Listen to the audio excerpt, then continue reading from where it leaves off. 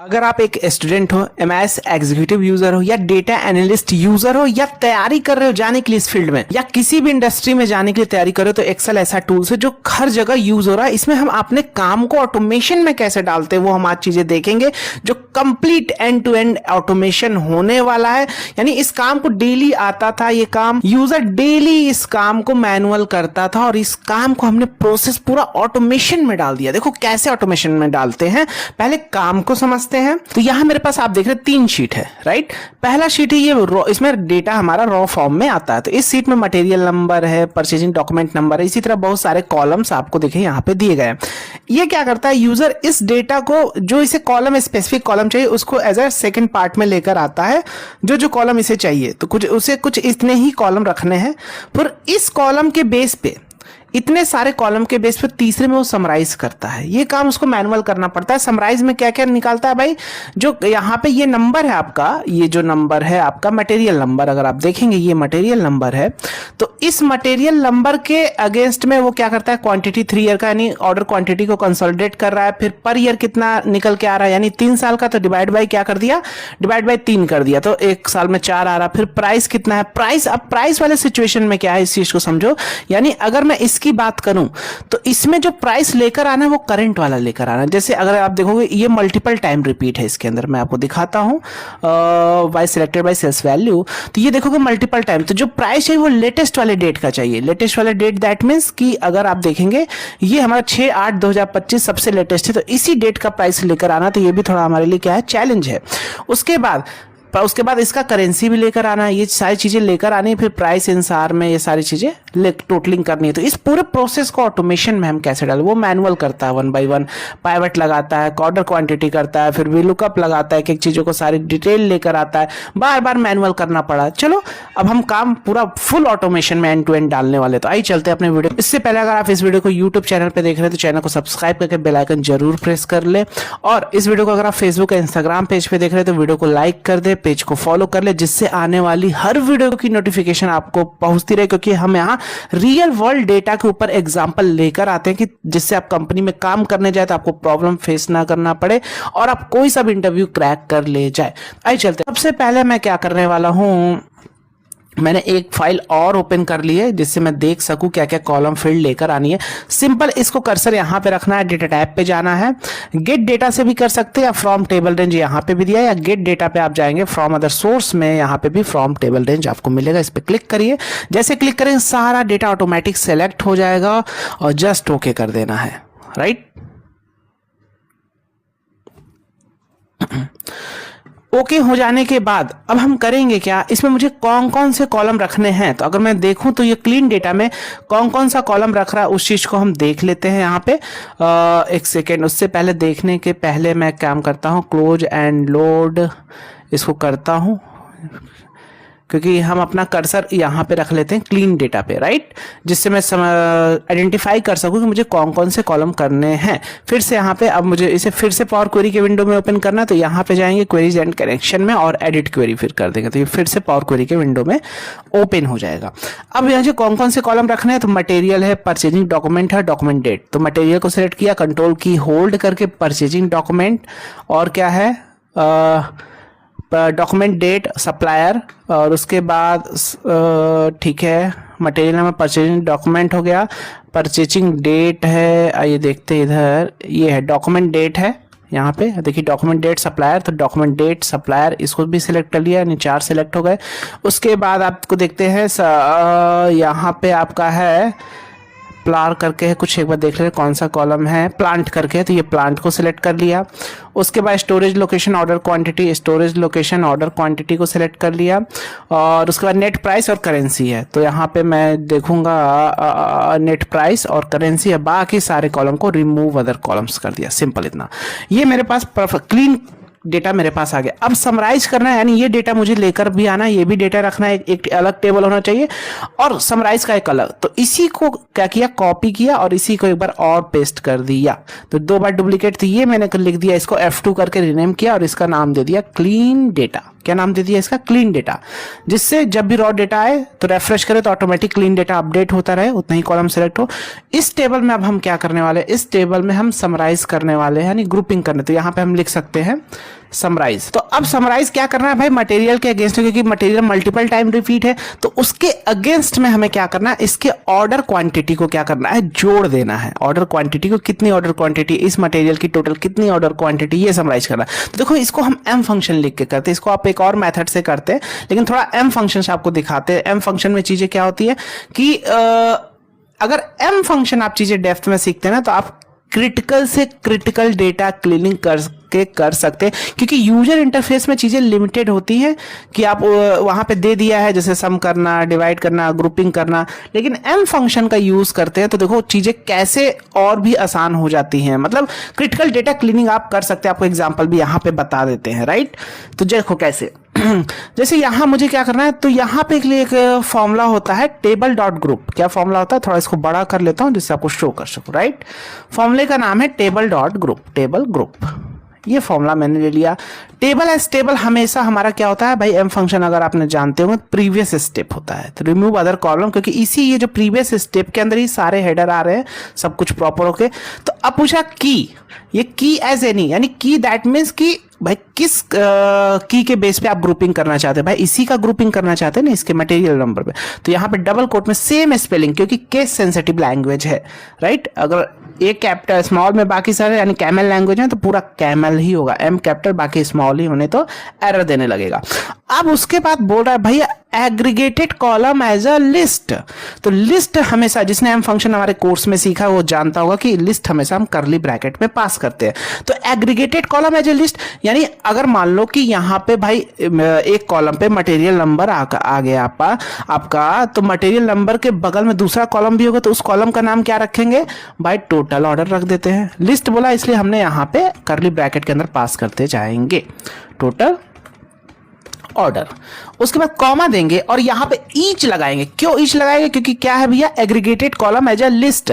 तो इसके लिए हम ईच इसलिए लगाते हैं, जैसे एक्सेल में क्या होता है, सेल का रेफरेंस लेते हैं, ड्रैग कर देते हैं रिलेटिव रेफरेंस का यूज करके, राइट। तो हर एक सेल को क्या सीधे कैलकुलेट करता जाता है, सबका रिजल्ट आ जाता है। यहाँ पे ड्रैग कर देते हैं, डबल क्लिक कर, यहाँ पे क्या हो बताना मुझे भाई, हर एक रिकॉर्ड के लिए, अब इजी भाषा में समझो तो हर एक रो के लिए भाई आप देखो जो हम फॉर्मूला लगाने जा रहे हैं इसके अंदर, राइट। इसमें तो ड्रैग वाला कोई केस नहीं है, तो फंक्शन के पहले ईच लगाते हैं। कोई भी फंक्शन आप एम फंक्शन लिख रहे हैं, अगर फंक्शन मांग रहा है तो वहां उसके पहले हम ईच लगाते हैं। क्लियर है इतना कॉन्सेप्ट। चलो अब यहां पे हम फंक्शन दे देंगे भाई लिस्ट डॉट, क्या कर देंगे, लिस्ट डॉट सम कर देंगे। लिस्ट डॉट सम जैसे ब्रैकेट ओपन करेंगे, अब क्या मांग रहा है, लिस्ट एज अ लिस्ट, तो भाई लिस्ट हम दे देंगे। भाई क्या है हमारा लिस्ट भैया, ऑर्डर क्वांटिटी। तो यहाँ पे लिख देते हैं, सेम स्पेलिंग मुझे याद है, order QUANTITY, order quantity this. इसका ब्रैकेट कर ली, एक और ब्रैकेट बंद और जस्ट यहाँ पे प्रेस किया और आप देखेंगे यहाँ पे टोटल, हर एक का टोटल ऑर्डर कंसोलिडेट होके आ गया। समझ में आ रहा है। अच्छा यहीं पे अगर इसका ऑर्डर कॉमा के साथ कंबाइन करना होता तो बहुत सारे लोग बोलेंगे सर यहां से भी तो कर सकते हैं, होम पे जाके ग्रुप बाई करके, इससे भी आप कर सकते हैं।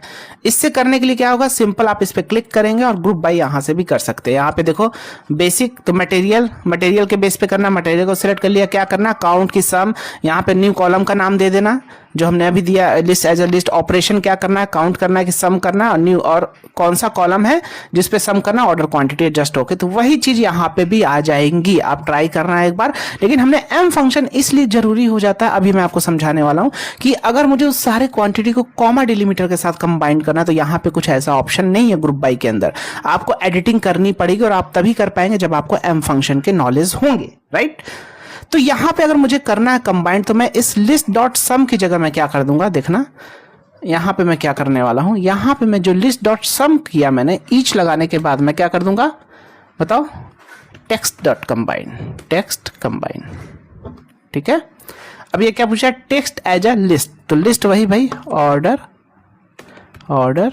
QUANT quantity, simple. अब बाहर क्लिक करते हैं। क्यों एरर दे रहा है, अब मुझे पता है एरर क्यों दे रहा है, क्योंकि भाई यहाँ पे क्या एरर दे रहा है, देखो भी कहना, क्योंकि वो वैल्यू है। क्या है वो, वैल्यू है। तो वैल्यू को भाई टेक्स्ट फंक्शन आप लिया, पावर क्वेरी में डेटा टाइप का सही से फॉलो करना मोस्ट इंपॉर्टेंट है। अगर आप कोई टेक्स्ट फंक्शन लगा रहे हैं और उसके अंदर आर्गुमेंट दे रहे हैं तो भाई वो डेटा भी जो फील्ड ले रहे हैं वो भी टेक्स्ट ही होना चाहिए। तो ऑर्डर क्वांटिटी यहाँ मैं आपको समझाना जस्ट चाह रहा हूँ कि देखो आप कैसे आप चाहते हो अगर ये करना ट्रांसफॉर्म करना। कभी हो सकता है आप चाहते हो कि भाई कॉमा के साथ सारे टेक्स्ट कंबाइंड होके आ जाए, हर एक एम्प्लॉय के अगेंस्ट में उसके प्रोडक्ट कंबाइंड होके आ जाए ऐसा। तो ऑर्डर क्वांटिटी को यहाँ पे हम ट्रांसफॉर्म पे जाके इसका डेटा टाइप कर देंगे एज अ टेक्स्ट कर देंगे। क्या कर देंगे? एज अ टेक्स्ट कर देंगे। जैसे आपने टेक्स्ट किया अब आप देखेंगे क्या ये कंबाइंड होके आ गया। अच्छा, अब इसमें हमने टेक्स्ट डॉट कंबाइंड में क्या किया, यहाँ पे डिलीमीटर नहीं दिया, सेपरेटर, तो सेपरेटर भैया कॉमा दे दो। तो ये देखोगे हर एक क्वांटिटी कंबाइंड होके आ गई। तो समझ में आ रहा है, इसलिए मैं समझाना चाह रहा था कितना इंपॉर्टेंट है एम फंक्शन। ये चीजें आप वहां ग्रुप बाई से नहीं कर सकते, ये सारी चीजें तो आनी चाहिए तभी आप कर पाएंगे, राइट। अगर आप एम फंक्शन को सीखना चाहते हैं, आप चाहते हैं कि चीजें हमें डेप्थ में आ जाए, एम फंक्शन कैसा भी कैसा क्रिटिकल डेटा मतलब क्लीन कर सके। आपको पावर बीआई में एक्सपर्ट बनना है, डेटा एनालिस्ट में एक्सपर्ट बनना है, तो भाई ये क्लीनिंग आनी चाहिए। बड़े बड़े डेटा क्लीन कैसे करते हैं भाई, एम फंक्शन की यूज जरूर से जरूर किया जाता है भाई, क्योंकि सारे काम यूजर इंटरफेस नहीं करता। जैसे कि अभी मैंने आपको एग्जांपल दिया, सी काम हो गया। यहाँ पे मुझे क्या करना है भाई, सम करना है। तो मैं यहाँ पे टेक्स्ट डॉट कंबाइन हटा के क्या कर लूंगा, टेक्स्ट डॉट कंबाइन हटा के लिस्ट डॉट सम, ये कर लिया, ब्रैकेट ओपन किया और यहाँ पे दे दिया ऑर्डर क्वांटिटी, ठीक है, और यहाँ ओके कर दिया। तो यहाँ पे एरर, अब क्यों एरर आ गया, क्योंकि अब मैंने उसका डेटा टाइप चेंज कर दिया था चेंज। तो यहाँ से फिर से आके क्या कर देंगे, उसका डेटा टाइप हम एज अब यहाँ पे ये ऑर्डर क्वांटिटी भाई क्या हो जाएगा हमारा डेटा टाइप, क्योंकि अब हम जो फॉर्मूला यूज कर रहे हैं न्यूमेरिक फॉर्मूला है, नंबर को सम करता है, टेक्स्ट हो गया तो होल नंबर कर देते। तो यहाँ पे आप देखेंगे यहाँ हमारा प्रॉपर हो गया, इसको सिलेक्ट किया, इसको होल नंबर हम कर देते हैं, यहाँ पे हमने होल नंबर कर दिया इसको, ठीक है। यानी दो मेरा काम हो गया, ठीक है। अब मुझे क्या क्या चीजें लेकर आनी है वो हम देख लेते हैं। चलिए मैं इसको होम पे जाके क्लोज एंड लोड कर देता हूं।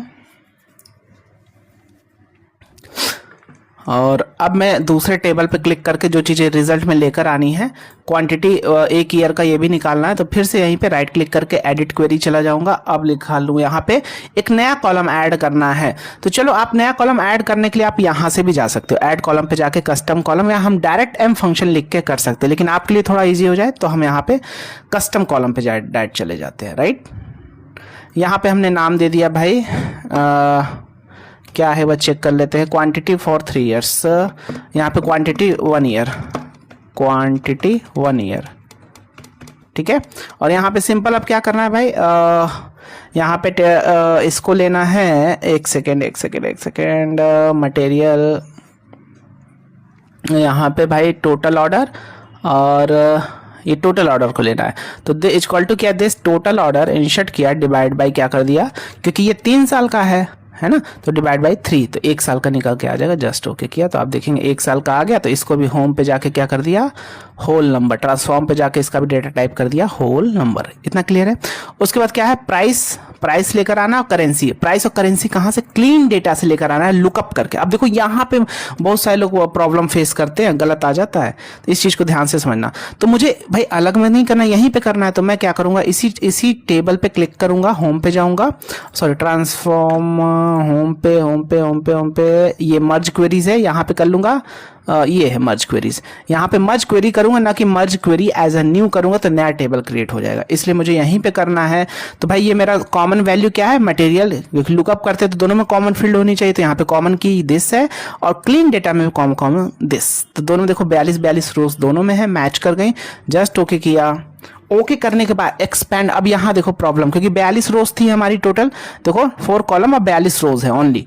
तो यहाँ पे मुझे चाहिए क्या होगा, अनटिक कर दो सबको, मुझे चाहिए भाई net price and currency, simple. Okay, तो अभी आप देखो कितने रो हो गए, 250 रो हो गए। क्यों 250 रो हो गए, इस चीज को समझ लो, क्योंकि इसका जो जैसे यहाँ पे तो ग्रुपिंग कर दिया, यूनिक कर दिया, तो लेकिन यहाँ पे तो मल्टीपल टाइम है ना मटेरियल नंबर, जैसे 7337, तो और भी टाइम है, तो उसका सारा की वैल्यू यहाँ पे आ जा रही है। देखो 6000 जितनी बार, 3 बार वहां पे, तो तीनों बार यहाँ पे आ जाएगा, रिपीट हो जाएगा। तो बस इसको सेलेक्ट करो और रिमूव डुप्लीकेट कर दो, रिमूव डुप्लीकेट। अच्छा, लेकिन कुछ केस में हमें मल्टीपल सिलेक्शन करने होते हैं, इस चीज को ध्यान रखना। लेकिन यहाँ पे हमारा क्योंकि सिंपल इसको ही सिलेक्शन करेंगे तो डिलीट हो जाएगा। क्यों? क्योंकि भाई सेम वैल्यू रिपीट हो रही है, सेम वैल्यू सारा रिपीट हो रही है, देखो सेम वैल्यू। तो इसी को अगर हम डिलीट कर देंगे तो मेरा काम हो जाएगा। तो रिमूव डुप्लीकेट कर दिया, remove other column, remove duplicate, simple. और आप देखेंगे मेरे पास आ गए, मेरे पास फिर से 42 रोज आ गई, करेंसी भी आ गया और क्लोज एंड लोड कर दिया। अब ये काम, अब 2 फील्ड और बची है, प्राइस एंड टोटल। तो ये उसी में आप कर लेना, अभी आपके लिए होमवर्क दे रहे हैं। प्राइस कैसे करना, उसी में ऐड कॉलम करना। जो प्राइस लेकर आ रहे हैं यहाँ पे, ये प्राइस हमारा किससे लेकर आ रही है भाई, लॉजिक कंडीशन। अगर SAR है तो सिंपल यही आ जाएगा। अगर, क्योंककि भाई प्राइस इन SAR में करना है, लेकिन कहीं करेंसी EUR है तो क्या होगा, प्राइस इंटू 4.35, क्योंकि एक जो UR है वो कितने के बराबर है, 4.1 UR इक्वल टू SAR में 4.35 SAR होता है, राइट। तो वहां पे मल्टीप्लाई हो जा रहा है, ठीक है। तो इसको आप इफ लॉजिक लगा के कर सकते हैं। देखो कैसे करें, इसको भी समझा देते हैं। Price in SAR, right click किया, यहाँ पे डेटा टाइप पे जाओ, क्वेरीज एंड कनेक्शन में जाओ, ये इनेबल हो जाएगा, एडिट क्वेरी करो। इसमें लॉजिक लगेगा, मैं आपको लगा के दिखा देता हूं। मैं लिख भी सकता हूं, लेकिन मैं आपको यहां पे ट्रांसफॉर्म कॉलम पे, ऐड कॉलम पे जाके कंडीशनल कॉलम इसको बोलते हैं, लॉजिक कॉलम। लॉजिक कॉलम क्या है, किसके बेस पे करना, अगर ये SAR है तो सेम वैल्यू नेट प्राइस आ जाएगी, राइट, यानी ये वाली प्राइस आ जाएगी। अगर ये SR है तो नेट प्राइस आ जाएगी। तो न्यू कॉलम का नाम यहाँ पे डाल दिया, प्राइस इन SAR, ठीक है। कस्टम कॉलम नेम हो गया भैया net price of equals to, नहीं, currency, this currency equal to SAR अगर है, देन आउटपुट में हम क्या ले लेंगे, सिलेक्ट कॉलम ले लेंगे। कॉलम क्या ले लेंगे भाई, नेट प्राइस ले लिया, ठीक है, क्लियर है। अगर ये SAR है तो नेट प्राइस वही आ जाए, एल्स अगर नहीं है। अब देखो यहाँ पे देखो, अब प्रॉब्लम आ रही है कि एल्स अगर नहीं है, चलो अभी आप क्या कर दो, सिलेक्ट कॉलम कर दो। ये अगर SAR नहीं है, क्योंकि यहाँ पे अब मुझे क्या करना होगा, थोड़ा M फंक्शन में एडिटिंग करनी होगी, तो देखो आएगी तभी आप करेंगे।